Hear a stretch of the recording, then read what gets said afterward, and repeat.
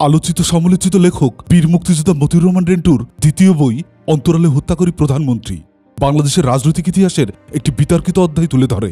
লেখক শেখ হাসিনার ব্যক্তিগত সহকারী হিসাবে কাজ করার সময় তার অভিজ্ঞতা ও গভীর অন্তর্দৃষ্টি প্রকাশ করেছেন।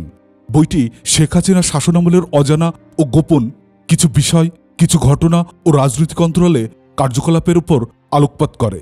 এই বইয়ের মাধ্যমে লেখক এমন কিছু প্রশ্ন তুলে ধরেছেন যা বাংলাদেশের রাজনৈতিক ইতিহাস এবং শেখ হাসিনার নেতৃত্বের সময়কার নতুনভাবে ভাবতে বাধ্য করে। তবে পাঠকের অবগতির জন্য জানানো যাচ্ছে যে সমস্ত বইটি সাধু ভাষায় লিখিত। বইটি শুরু হয়েছে এইভাবে: বহু বাধা বিপত্তি চড়াই উত্তরায় পার হইয়া 2000 সালের মে মাসে 28-29 তারিখে ছাপা এবং বাধাই হইয়া আমার ফাঁসি চাই নামক একটি বই প্রকাশিত হইল। জুন মাসের 1 তারিখ হইতে বইটি অতি সংগোপনে 1-2 করিয়া আস্তে আস্তে মানুষের হাতে পৌঁছাইতে লাগিল। প্রথমে পত্রিকার সম্পাদক, দূতাবাস, সাংবাদিক এবং রাজনৈতিক ও অরাজনৈতিক কতিপয় বিশিষ্ট ব্যক্তির নিকট বইটি পৌঁছানো হইল।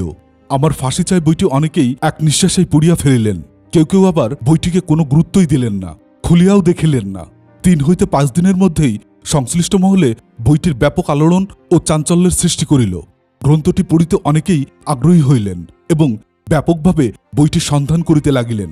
বইটি লইয়া চারিদিকে তোলপাড় শুরু হইল।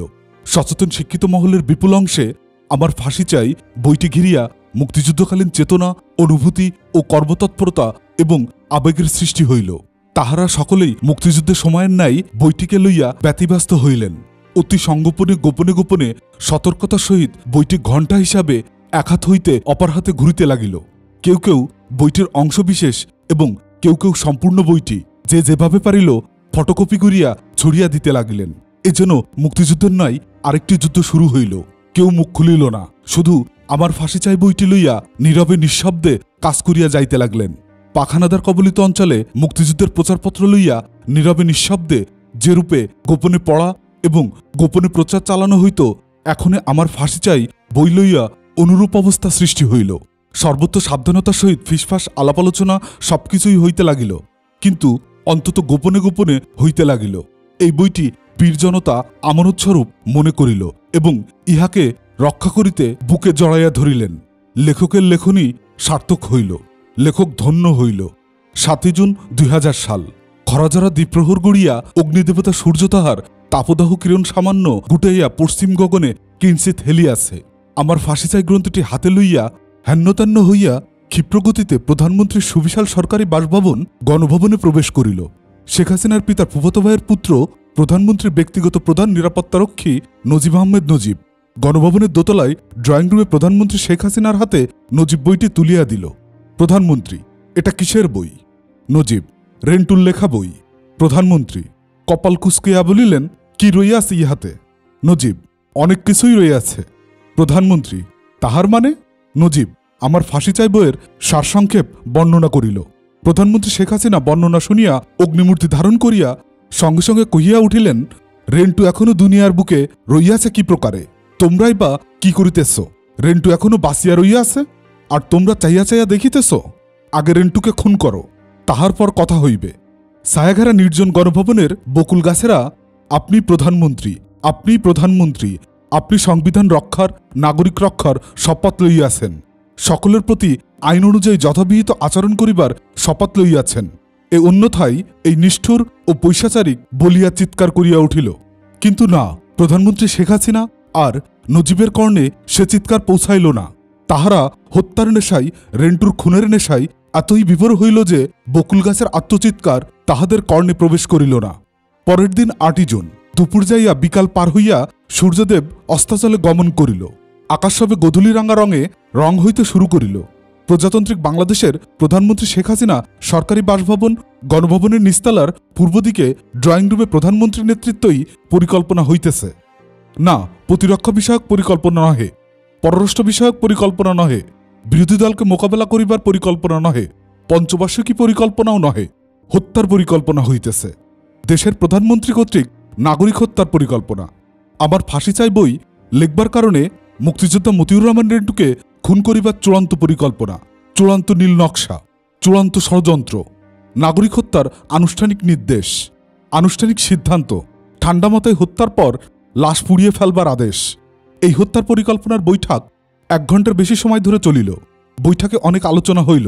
বিস্তারিত আলোচনা শেষে উপস্থিতগণের মাঝে দায়িত্ব বন্টন হইল। প্রধানমন্ত্রী শেখ হাসিনার নিকট সার্বক্ষণিক নিয়োজিত ভারতীয় গোয়েন্দা সংস্থার রয়ের সদস্য রামমোহন দাস ওরফে মানু মজুমদারকে এই হত্যা ষড়যন্ত্র ও পরিকল্পনা কার্যকর ও বাস্তবায়িত করবার নেতৃত্ব প্রদান করা হইল। হত্যা ষড়যন্ত্র ও পরিকল্পনা কার্যকর ও বাস্তবায়িত করবার অগ্রগতির বিষয়ে প্রধানমন্ত্রী শেখ হাসিনাকে অভিহিত করিবার সার্বক্ষণিক দায়িত্ব দেওয়া হইল নজিব আহমেদ নজিবকে। হত্যার পূর্ববর্তী ও পরবর্তী সকল বিষয়ে তদারকি ও সার্বিক সাহায্য সহযোগিতার দায়িত্ব দেওয়া হইল যৌথভাবে প্রধানমন্ত্রী শেখ হাসিনার পিএস ও এপিএস এবং লিয়াজো অফিসার যথাক্রমে মুক্তাদির চৌধুরী, বাহাউদ্দিন নাসিম এবং বজলুর রহমানকে। শুরু হইল আমার ফাঁসি চাই গ্রন্থের লেখক মুক্তিযোদ্ধা মতিউর রহমান রেন্টুকে হত্যার মহোৎসব। চতুর্দিকে হত্যার সাজ রব ধ্বনিত হইল। সংবিধান রক্ষার এবং নাগরিক রক্ষার শপথ লইয়া প্রধানমন্ত্রী পদে বসিয়া ক্ষমতার অপব্যবহার করিয়া অন্যায় নির্দেশ দিতে শেখ হাসিনার কণ্ঠ কম্পিত হইল না, জিহ্বায় জড়তা আসিল না। হিংসার এমনই শক্তি যে সংবিধান রক্ষার, নাগরিক রক্ষার অমর বাণী, পবিত্র শপথ কিছুই প্রধানমন্ত্রীকে বিরত করিতে পারিল না। প্রধানমন্ত্রীর দায়িত্ব ইতিহাসঘৃণ কালো অধ্যায় কিছুই শেখ হাসিনার বিন্দুমাত্র মনে হইল না। এরূপ বেইমানি, অমানবিক, নিষ্ঠুর আদেশদানে আবেগ বিন্দুমাত্র দগ্ধভূত হইল না, কণ্ঠ কম্পিত হইল না। উপরন্তু তাহার মনের আগুন প্রতিক্ষণে প্রতি মুহূর্তে দ্বিগুণ, চতুর্গুণ, শতগুণ জ্বলিয়া উঠিতে লাগিল। শ্রী মা কালী দেবীর মূর্তির মতো রক্তিম হইয়া চক্ষুদয়ের খুনের নেশায় প্রকাশ পাইল। শেখ হাসিনা কহিলেন, রেন্টুকে হত্যা করিতেই হইবে। তাহার জন্য শক্তি ও অর্থের অনাটন হইবে না। প্রধানমন্ত্রীর শক্তি, রাষ্ট্রের শক্তি ও অর্থের ভাণ্ডার সবই অবিরতভাবে খোলা থাকিবে। হত্যা কার্যসিদ্ধি হইতেই হইবে। এ সকল কথা শুনিয়া প্রধানমন্ত্রীর ব্যক্তিগত সচিব মুক্তাদির চৌধুরী ধীরকণ্ঠিত বলিতে লাগিলেন, আমাদেরকে ঠান্ডা মাথায় ধীর স্থিরভাবে চিন্তাভাবনা করিয়া অগ্রসর হইতে হইবে। এমনভাবে কার্য সমাধা করিতে হইবে যাহাতে হিতে বিপরীত না হইয়া যায়, আবার সর্পও মরিয়া যায়, লাঠিও ভাঙিয়া না যায়। আমাদিগকে ভাবিয়া দেখিতে হইবে রেন্টুকে হত্যা করা জরুরি প্রয়োজন কিনা, আবার হত্যা করিলে বদনাম আমাদের ঘাড়ে চাপিয়া বসিবে কিনা। শেখ হাসিনা কহিলেন, প্রথমত প্রতিশোধ লইতে হত্যা করিতেই হইবে। দ্বিতীয়ত, হত্যার পর আমার ফাঁসি চাই বইটি রেন্টু যে লিখিয়াছে তাহার কোনো প্রমাণ থাকিবে না। তৃতীয়ত, আমাকে জনসম্মুখে হেয় করিবার জন্য রেন্টুর নামে খালেদা জিয়া মিথ্যা প্রচারণা চালাইতেছে। চতুর্থ, রেন্টু আমার ভাই, তাহার নামে মিথ্যা প্রচার চালাইতেছে। রাষ্ট্রের প্রচার মাধ্যমে আমরা এই মর্মে প্রচারণা চালাইব এবং প্রয়োজনে রেন্টুর স্ত্রী ময়না এবং অন্যান্য আত্মীয় স্বজনদের টাকা পয়সা দিয়া কিংবা জোর করিয়া আমাদের পক্ষে প্রচারণা চালাইতে বাধ্য করিব। হত্যার পরিকল্পনায় উপস্থিত সকলে প্রফুল্ল চিত্তে শেখ হাসিনার পরিকল্পনা, নির্দেশনা ও সিদ্ধান্তকে স্বাগত জানাইল। পূর্ণমাত্রায় নাগরিক হত্যার আয়োজন শুরু হইয়া গেল। প্রধানমন্ত্রীর সরকারি বাসভবন গণভবনের মানবতার হৃদয়তন্ত্রী ছিড়িয়া গেল। সকল মানবিক মূল্যবোধের চূড়ান্ত মৃত্যু হইল। আড়ালে দাঁড়াইয়া কান পাতিয়া শোনা করিমের বুকের ভিতর হাই হাই করিয়া উঠিল। জলে ভরা আখি দুইটি জলে ডুবিয়া গেল। পাঠকগণ, এই শ্রোতার নিরাপত্তার কারণে ছদ্মনাম করিম ব্যবহার করা হইল। সরসে কাঁপিতে কাঁপিতে প্রধানমন্ত্রী শেখ হাসিনা আদেশ করিলেন, রেন্টুর বুকে গুলিবিদ্ধ করিয়া পৃষ্ঠভেদ করিয়া বাহির করিয়া দিবে এবং তাহার লাশ কোনো চিতাই অথবা ইটের ভাটায় লইয়া পুড়াইয়া ভস্য করিয়া ফেলিবে, তাহার কোনোই চিহ্ন যেন খুঁজিয়া না পাওয়া যায়। তিনি সগৌরবে আরও বলিলেন, আমার আদেশ অলঙ্ঘনীয়, অনুপরিমাণও ইহার নড়চড় হইবে না। রেন্টুর এত বড় সাহস, এত বড় স্পর্ধা, সামান্য এক ব্যক্তি হইয়া আমার সাথে বিশ্বাসঘাতকতা, প্রধানমন্ত্রীর সাথে বিশ্বাসঘাতকতা, প্রজা হইয়া রাজপরিবারের সাথে বিশ্বাসঘাতকতা। আমি ইহার বিশ্বাসঘাতকতার স্বাদ চিরতরে মিটাইয়া দিব। আমার সাথে বিশ্বাসঘাতকতা করিয়া স্ত্রী কন্যাদের লইয়া সুখে দিন কাটাইবে। ময়নাকে আমি বিধবা করিব, সন্তানদের এতিম করিব। কে রক্ষা করিবে? খালেদা জিয়া রক্ষা করিবে? কাহার আশ্রয় গ্রহণ করিবে? রেন্টুকে হত্যা করিতেই হইবে। এই আদেশ দিয়ে পাষাণগঠিত নির্দয় হৃদয় কঠা দৃশ্যনয়ন মুখস্মৃতিতেও ললাটে হিংসার ভাবঙ্কিত ভূষীভূত বিকৃত ধাতুর উপর দিয়ে এক মূর্তির প্রধানমন্ত্রী শেখ হাসিনা নাগরিক হত্যা ষড়যন্ত্র আটিতে লাগিলেন। শেখ হাসিনা কহিলেন, কি আশ্চর্য!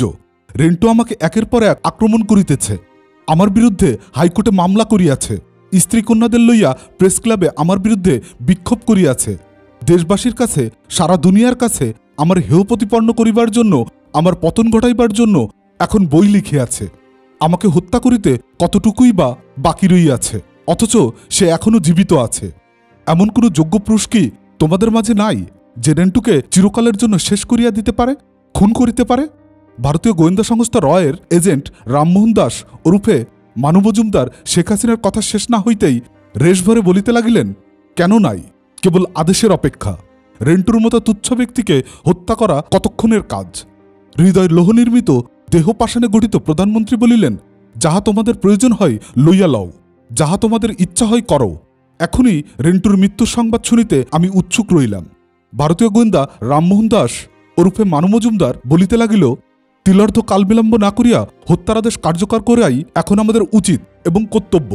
প্রধানমন্ত্রী শেখ হাসিনা অস্থির জ্বলন্ত হৃদয়ে আশার সঞ্চার হইল। বিষাদ কালিমা মুখে ঈর্ষার হাসির আভা প্রকাশ পাইল। প্রধানমন্ত্রী কহিলেন, রামমোহন দাস যাহা বলিতেছে তাহাই যুক্তিসঙ্গত। যত বিলম্ব হইবে ততই অমঙ্গল হইবে। এই কথা বলিয়া রামমোহন দাসকে রেন্টু হত্যার চক্রান্ত ও পরিকল্পনার প্রধান দায়িত্বে নিযুক্ত করিলেন এবং হত্যার পর রেন্টুর লাশ চিতাখোলা অথবা ইটের ভাটায় লইয়া পুড়াইয়া ভস্য করিয়া ফেলিবার পুনরায় আদেশ করিয়া পাষাণগঠিত হৃদয়ে শেখ হাসিনা সভা মুলতবি করিলেন। জগতের সুহাস্য সকল বিষাদ কালিমা রেখায় মলিন হইয়া গেল। প্রধানমন্ত্রী শেখ হাসিনার উপযুক্ত আদেশ পাইয়া বৈঠক শেষে রামমোহন দাস ওই সময়েই রেন্টু হত্যার যাত্রা করিল। যাত্রা পূর্বে শেখ হাসিনাকে বলিয়া গেল, আজ রাতেই হোক কি কাল প্রত্যুষই হোক রেন্টু হত্যার শুভ সংবাদ আপনাকে আমি শোনাইবই। দেশের প্রধানমন্ত্রীর নিকট হইতে নাগরিক হত্যার আদেশ পাইয়া রামমোহন দাস মহাবেগে ছুটাছুটি করিতেছে। তাহার মনে আশা অনেক। ইতিমধ্যে সে কলকাতার বালিগঞ্জে একখানা অট্টালিকা ক্রয় করিয়াছে। রেন্টুকে হত্যার পর যে বিশেষ পুরস্কার পাইবে, যে মান মর্যাদা এবং ক্ষমতা বৃদ্ধি হইবে, তাহাতে প্রথমে ভারতের রাজধানী নয়াদিল্লিতে ও আসামের রাজধানী গুয়াহাটিতে এবং শেষে হরিয়ানার রাজধানী চণ্ডীগড়ে 3খানা বাড়ি আপাতত করিবে। ভারতীয় গোয়েন্দা এর আরও উচ্চপদে পদোন্নতি হইবে। এরূপ নানা প্রাপ্তির নানা শাখা প্রশাখায় রামমোহন দাসের চিন্তা ও অন্তরে উদয় হইতেছে। দয়াময় পরম দয়ালু আল্লাহ তাআলা তার বান্দাকে বাঁচায় রাখিতে চাইলে সেই বান্দার জন্য নানা পথ এবং উপায় উদ্ভাবন করিয়া রাখেন। বিশেষ সময়ে বিশেষ ব্যক্তিও হাজির হইয়া যায়। ভালো কর্ম থাকিলে কেউ না কেউ বিপদের ঝুঁকি লইয়াও সাহায্যে আগাইয়া আসে। আচার আচরণে মুগ্ধ হইয়া দীর্ঘদিন ধরিয়া রেন্টুর ভক্ত করিম আড়াল থাইকা এই ষড়যন্ত্র, চক্রান্ত, আদেশ আর নির্দেশ শুনিয়া করিমের হৃদয় কাঁপিয়া উঠিল। আপন মনের গভীরে উচ্চারিত হইল, কি সর্বনাশ, কি অন্যায়, কি অবিচার, কি পাষাণ হৃদয়, এই নিষ্ঠুরতা, এই পৈশাচিকতা! আপনি প্রধানমন্ত্রী, দেশের প্রধানমন্ত্রী, দেশ রক্ষা, নাগরিক রক্ষার দায়িত্ব আপনার। আপনি নাগরিক রক্ষার কসম লইয়া প্রধানমন্ত্রী হইয়াছেন। করিমের মনের এই আহাজারি, এই আকুতি শেখ হাসিনাদের কর্ণে পর্যন্ত পৌঁছাইল না। রেন্টুর ভাগ্যে কি হয়, রেন্টু কখন নিহত হয়, রেন্টুর পরিবারে কি হয়, ইহা ভাবিয়া করিম ব্যাকুল ও বিস্ময়াপন্ন হইল।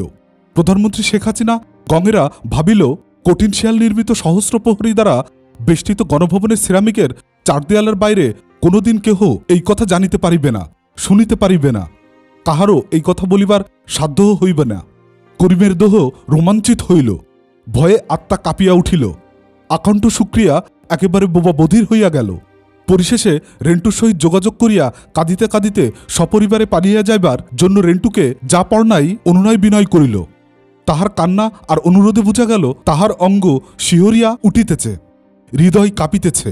হে সৃষ্টিকর্তা আল্লাহ, ধন্য তোমার মহিমা, ধন্য তোমার কারিগরি, ধন্য তোমার লীলা। রেন্টু ময়নার বিপদ সময়ে তাহাদের চিত্ত প্রকৃতরূপে চিত্রায়িত করিয়া পাঠকগণকে দেখাইতে পারিলাম না, কারণ তাহা বর্ণনাতীত, লেখনী শক্তি বহির্ভূত। নাগরিকের ধনমান, ইজ্জত, প্রাণ এসবের রক্ষাকর্তা প্রধানমন্ত্রী আইন অনুযায়ী ব্যথিত কোনো নাগরিকের সহিত আচরণ করিতে পারিবে না। যদি করেন তাহা হইল প্রধানমন্ত্রী শুধু রাষ্ট্র সংবিধান এবং আইনের ধারাই দণ্ডিত হইবেন না, সৃষ্টিকর্তা আল্লাহর নিকটও দায়ী হইবেন, দোজকের অগ্নিতে দগ্ধীভূত হইবেন। ইহা হইতে নিস্তার নাই। সকল পরিচিত অপরিচিত, পেশাদার অপেশাদার সন্ত্রাসী খুনিদের রেন্টুকে হত্যা করিতে নিয়োজিত করা হইল। তাহারা চতুর্দিকে পাগলের ন্যায় রেন্টুকে খুঁজিয়া বেড়াইতে লাগিল। অবৈধ অস্ত্রধারী ঘাতকদের খোঁজাখুঁজিতে সর্বমহলে শোরগোল পড়িয়া গেল। সাবধান, সাবধান! রব উঠিল।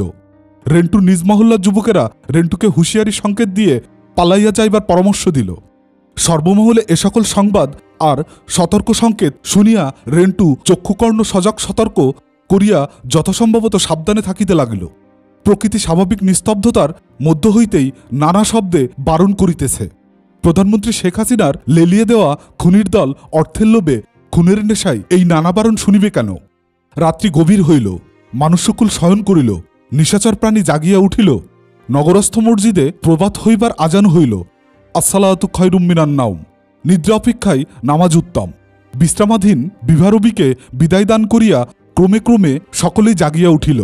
দয়াময় পরম দয়ালু আল্লাহ তাআলাকে স্মরণ করিল, নামাজ আদায় করিল। আল্লাহর প্রেমে মশগুল ব্যতিব্যস্ত সকলেই। তবে প্রধানমন্ত্রী শেখ হাসিনা ঘোর নিদ্রায় নিমজ্জিত। গতরাতেই রেন্টুকে হত্যার ষড়যন্ত্র, পরিকল্পনা, চক্রান্ত ও নির্দেশ দিয়ে নিশ্চিন্তে শয়ন করিতেছেন।